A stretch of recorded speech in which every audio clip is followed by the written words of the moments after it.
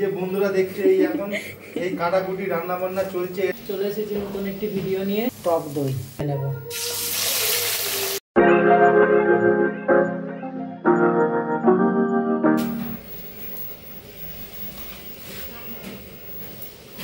নমস্কার, চলে এসেছি নতুন একটি ভিডিও নিয়ে।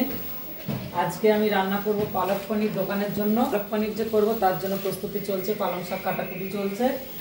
দুজনে বসে গেছি পালং শাক কাটতে। আছে ধনেপাতাও দেব, পেঁয়াজ আছে, পেঁয়াজ রসুন।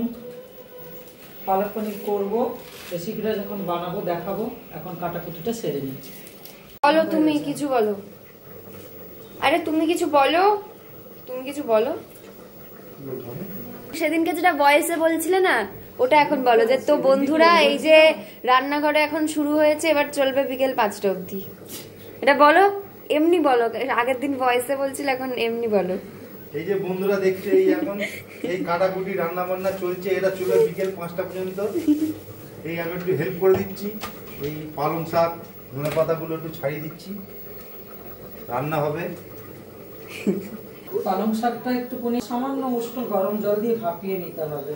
এই পালক পনির বানানোর জন্য যেগুলো লাগবে সেগুলো হলো পালং শাক, ধনেপাতা, এখানে আদা কোঁচানো, কাঁচা লঙ্কা, রসুন কোঁচানো, পেঁয়াজ কোঁচানো, টক দই। এগুলো আমি এবার পেস্ট করে নেব, একেবারে হবে না, দুবারে। আর এখানে আমি কড়াইতে পনিরটা ভাজতে বসিয়েছি, হালকা করে ভেজে নেব, বেশি কড়া করে ভাজবো না। একে একে আমি এগুলো পেস্ট করে নেব। আবার খানিকটা তুলে নিলাম। পালং শাকটা বাটা হয়ে গেছে, এবার এখানে ধনে পাতাটা বেটে নেব। পনিরটা ভাজা হয়ে গেছে, তুলে নিচ্ছি। তেলের মধ্যে দেব গোটা জিরে, কুচিয়ে রাখা পেঁয়াজগুলো একদম লাল লাল করে ভাজা হবে। পেঁয়াজ ভাজা হয়ে গেছে, এবার রসুন কোচানোগুলো দিয়ে দিলাম। এবার একে একে পালং শাক বাটা, ধনে পাতা, কাঁচা লঙ্কা, আদা একসঙ্গে বেটে নিয়েছি ওই বাটাটা। দিয়ে দেবো টক দই,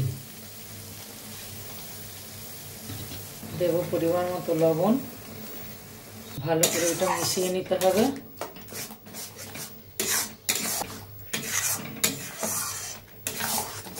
ফুটে উঠেছে, এবার দেব পরিমাণ মতো সামান্য একটু জল। ফুটে গেলে একদম কমে যাবে, আর একটু জলের জন্য দিয়ে দিলাম।